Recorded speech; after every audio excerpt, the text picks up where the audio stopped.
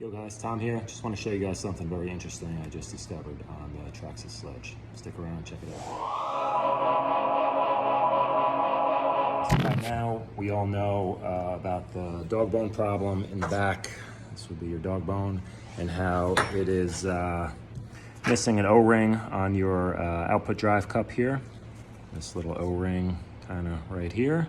So pretty well known, Traxxas knows about it. If you contact them, they'll send you out the O-rings, and I guess all the new shipment of trucks are gonna be coming with these installed. So I wanna give a shout out. I don't know exactly who it was, I gotta go back and look, but somebody asked me a very interesting question about this. And that question was, can you take the front CV style dog bone setup and simply run it in the rear?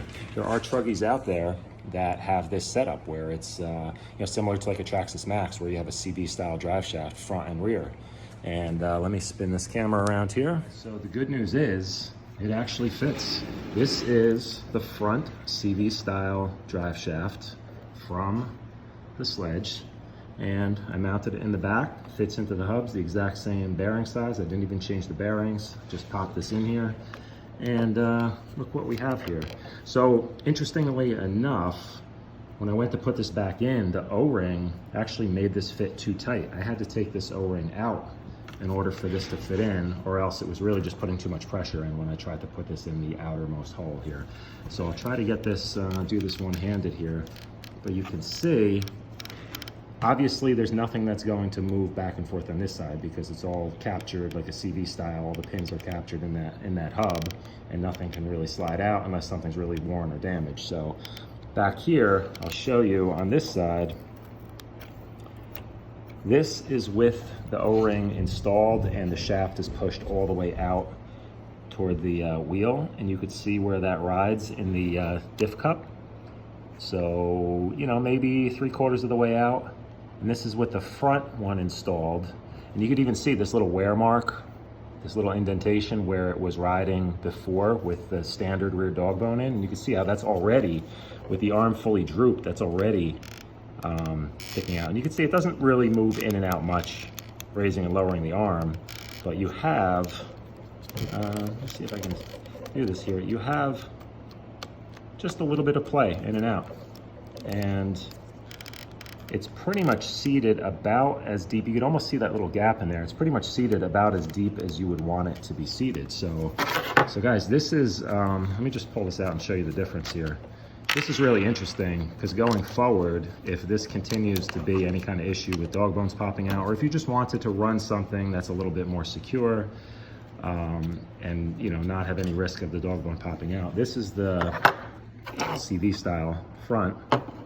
And you know, there are pins in here, but they're actually captured. This kind of wire band going around here is actually capturing the pin that runs through there. So if you compare the two, that's the difference right there. I mean, it's pretty much, in fact, I wouldn't be shocked if it's actually the exact same dog bone, and it's just machined out. Well, yeah, it is machined out on that side there a little bit differently, but I'm sure it's the same manufacturer and everything else. So super interesting. So what this means going forward is you could either buy extra, you know, standard Traxxas front CVs and run them in the rear, or if this would actually, let me put this together here, this would be what the rear looks like right there, so you can see the difference. And of course this one is not going to come off, and this one can just slide out. So this was actually the problem. Let's see if I can show you guys. This was the problem without running the O-ring. What happens, you know, this obviously pivots as your wheel goes up and down, and your suspension compresses and extends. Sorry about this shakiness here. I'm trying to do this one-handed. Let me put this back in here. So anyway, what was happening is without the O-ring in there, that pin would come out, you know, about that far. And then of course, you know, with rotational force on this, it could force its way out, you know. So anyway, this is overall a better setup.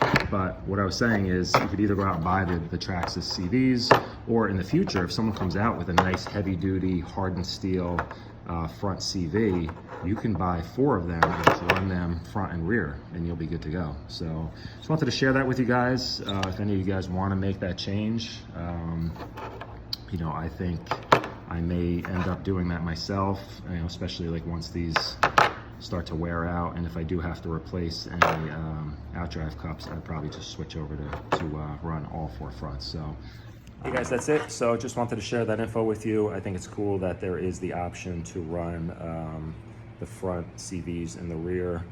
And if you like this info and you want to see some more videos coming up on the Sledge, subscribe, hit the like button, comment down below. If you have any questions, I'll try to get back to you. I feel like I've been doing a pretty good job, but I'm definitely getting more comments lately. Sledge has proven to be a very popular truck so far. A lot of guys are picking them up and have a lot of questions on them. So hopefully my videos are helpful. I am going to be doing just a sneak peek, I think later on today. I'm gonna do a little tire balance video and show you guys real quick another easy tip. You don't really need anything special to do it. I noticed my tires were a little bit unbalanced. Not a huge deal, not anything that's going to really make a huge effect, but if you could have balanced tires and overall vehicle is gonna work better, why not do it? So I'm gonna show you a super easy way to do that. And yeah, that's it. So check back, and thanks for watching. See you guys later.